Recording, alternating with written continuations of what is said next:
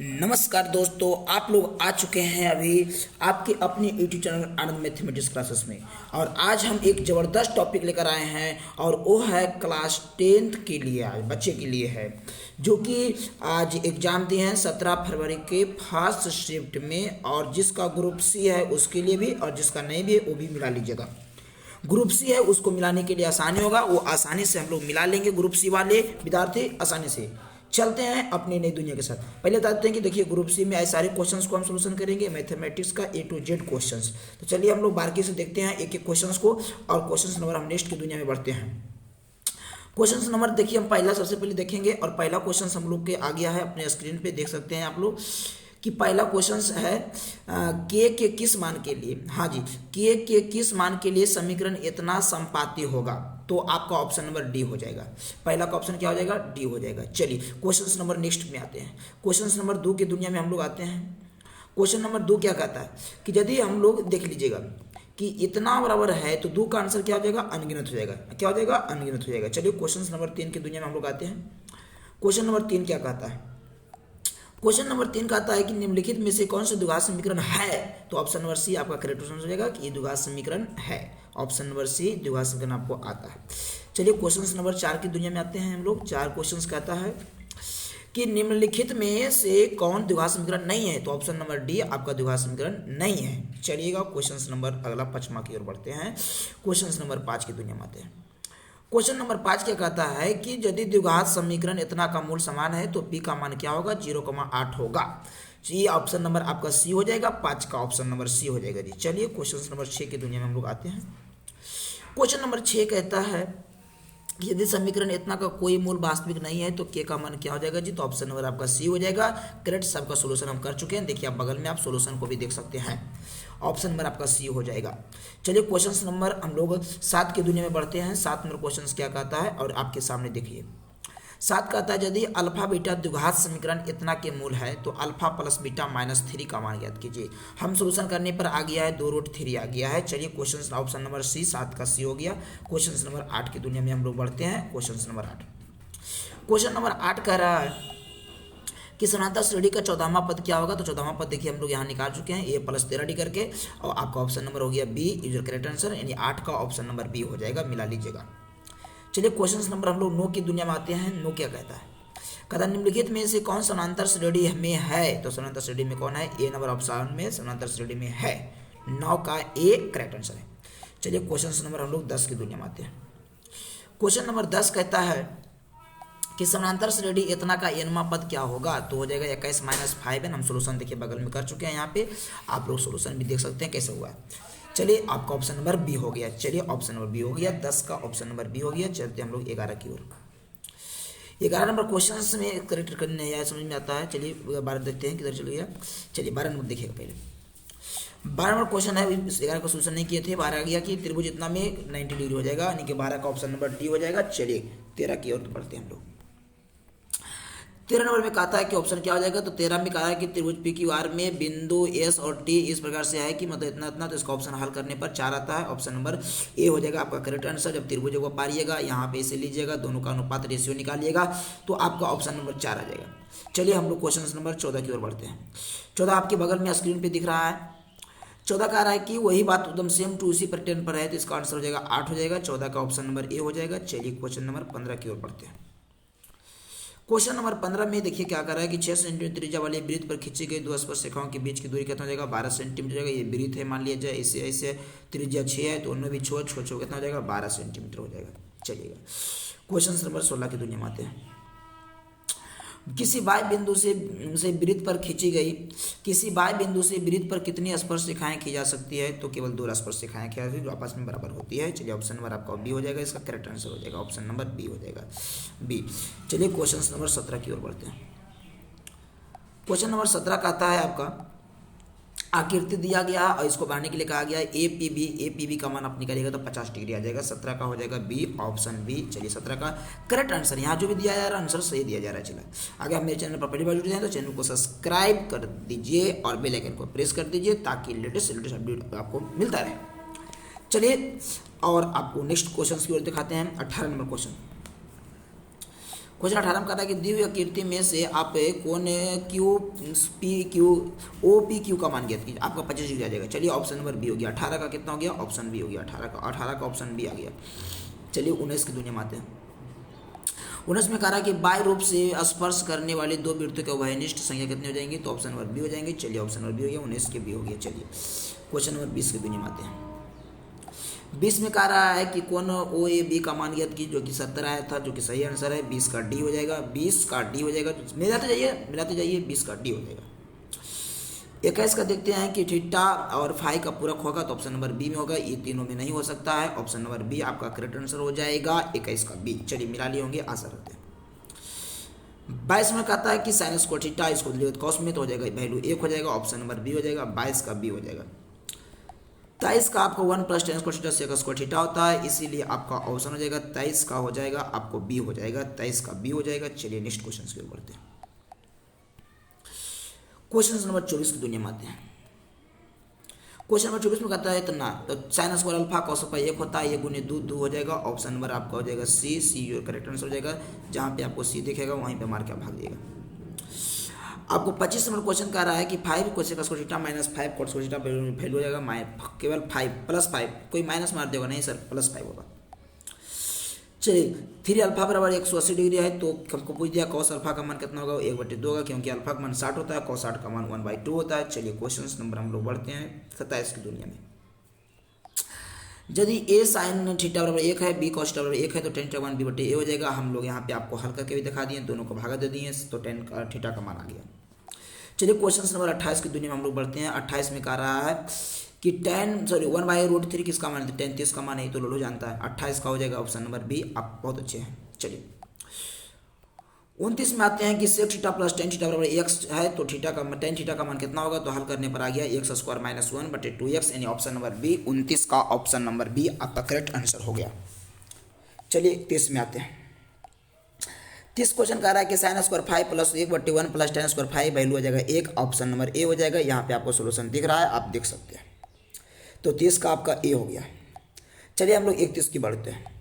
निम्नलिखित में से इसको थोड़ा सा भी रखते हैं डॉट में, और हम लोग 32 की बात करते हैं।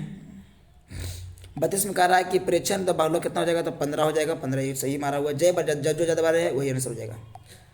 प्रथम 5 प्राकृतिक संख्याओं का माध्य कितना होता है? तो 3 होता है, जो कि हल करके बताया हुआ है। ऑप्शन बी हो जाएगा। प्रेक्षण इतना का माध्यिका कितना हो जाएगा? तो ऑप्शन बी डी हो जाएगा आपका। 34 का ऑप्शन डी हो जाएगा, जो कि करेक्ट आंसर है। ऑप्शन डी 34 का।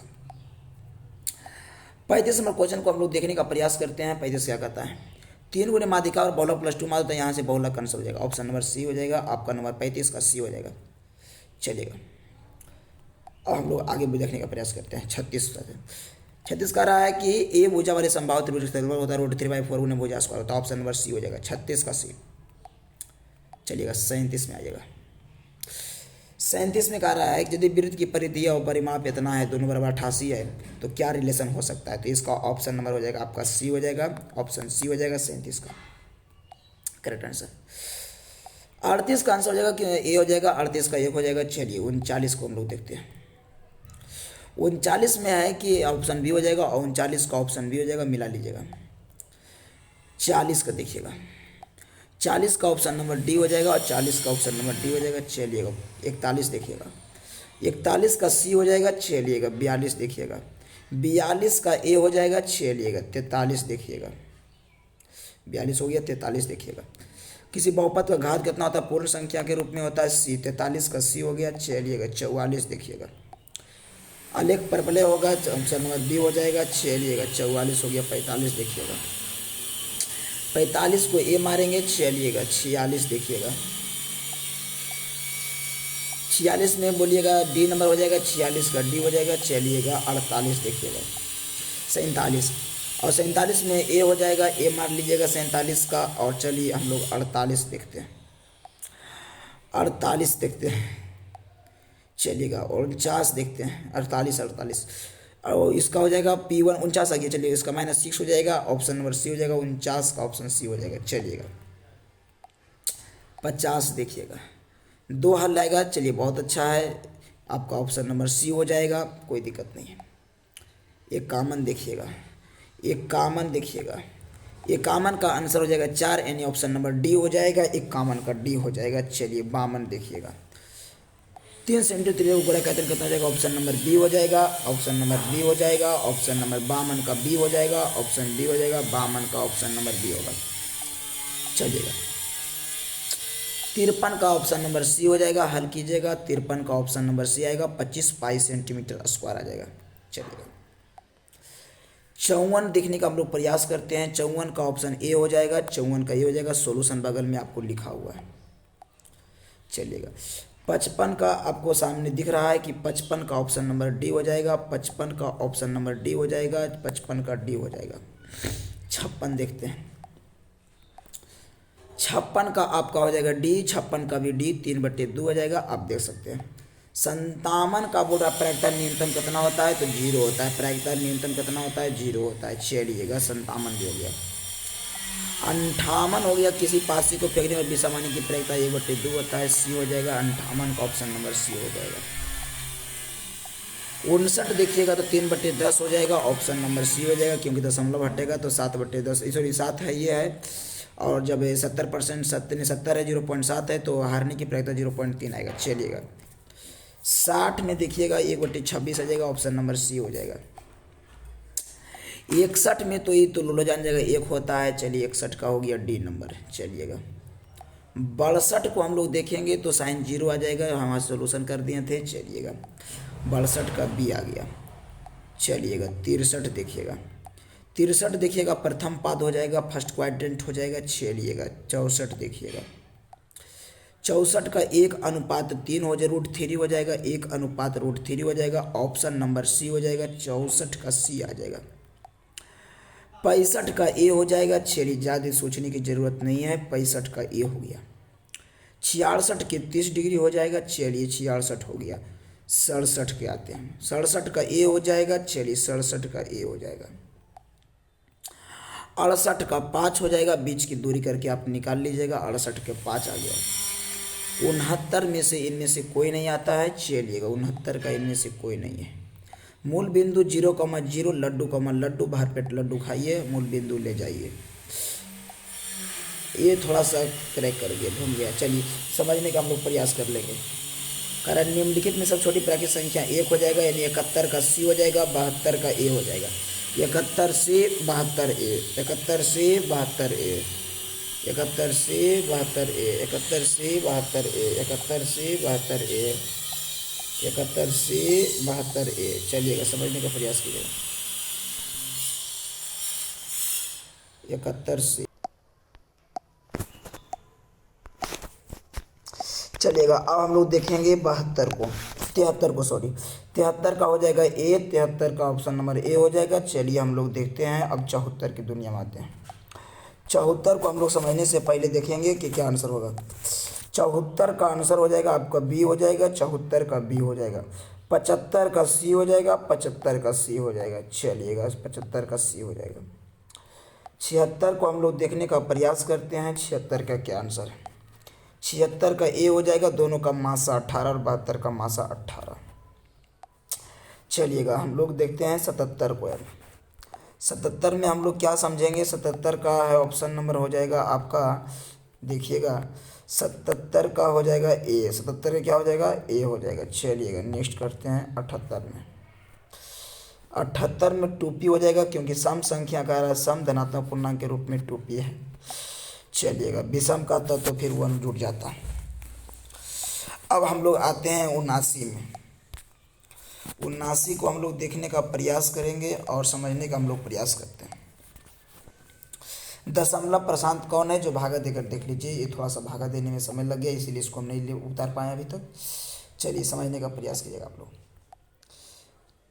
और हम लोग देखते हैं चिला 81। 81 का हो जाएगा डी हो जाएगा, -2 हो जाएगा। चलिएगा हम लोग देखते हैं अब 82। 82 को हम लोग समझने का प्रयास करते हैं। 82 में हो जाएगा 22वां पद 0 होगा। चलिए ऑप्शन नंबर सी हो जाएगा। 83 को देखते हैं चिला। 83 क्या दिया है। 83 को दिया है ऑप्शन नंबर हो जाएगा 83 का हो जाएगा सी। 83 का क्या हो जाएगा, सी हो जाएगा। 83 का सी हो जाएगा। 84 देखेंगे तो ऑप्शन नंबर सी 84 का भी हो जाएगा। चलिएगा 85 की दुनिया में आते हैं।